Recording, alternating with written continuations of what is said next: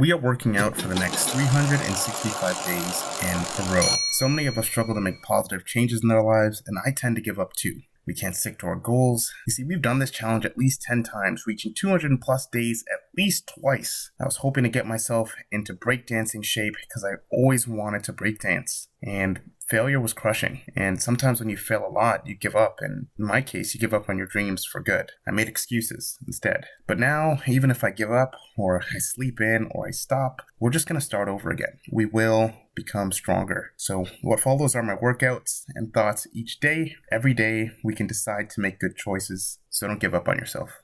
Welcome to Workout Every Day, day number 39. And today I am super sweaty. I went for a run and I just wanted to talk a little bit about psychology of training. What makes people who, want to train keep training over and over and over and over despite the monotony. Think about, professional athletes, think about people pursuing a goal. What helps them continuously do the same thing despite maybe changes in novelty, despite maybe even changes in results? How do people stay continuous? And there's something I've thought about, and I think it's a pretty relevant topic considering, I'm trying to be as consistent as possible with training and also put in, not just train, but also put in a good amount of effort, right? Because at the end of the day, if I'm just half-assing a bunch of workouts the whole time, what's the real point? Anyway, small tangent on that over. I've started to think about this, right? How people get themselves to do things that they don't want to do over and over and over.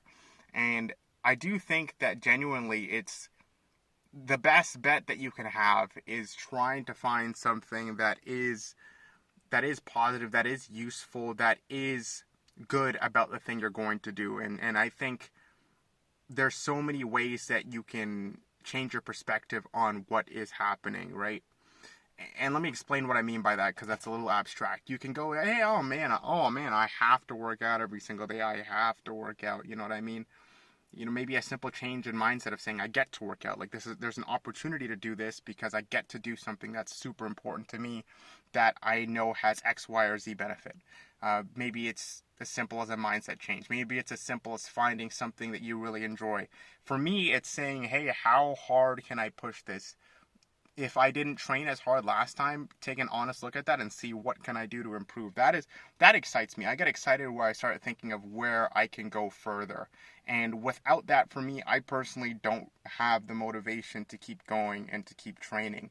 So I log that in my own mind, and I'm trying to emphasize that more and more in my training, getting more intense, being more honest with my levels of effort, and keeping that consistent. So my best advice to someone who hates training or doesn't want to train is, spend time trying to think in different ways about the act of training and then find something that you can really attach yourself to that makes things easier. And, celebrate small wins, celebrate the things that do go right.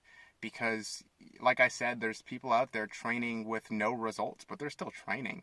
And there's a reason why. It's because eventually you'll learn. Eventually things will change if you keep putting in the effort and you keep, bringing your best to learn whatever it is you're trying to learn. And you can look at it as simply as, okay, maybe I'm just having a small plateau.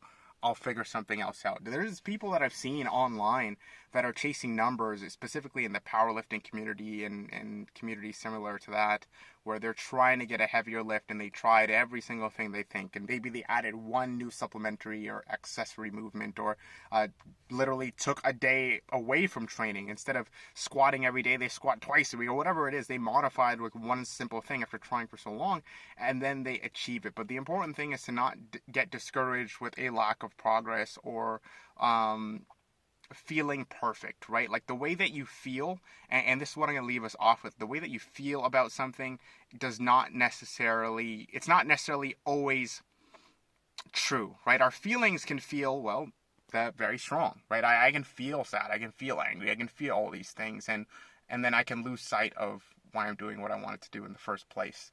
But I'm not saying to be dismissive of the way that you feel something. It's more like, hey, like, I'm feeling this thing. Okay, maybe this kind of sucks, but where do I go from here? What can I do, and how can I still have this thing that I know is important for, a variety of reasons or whatever it is.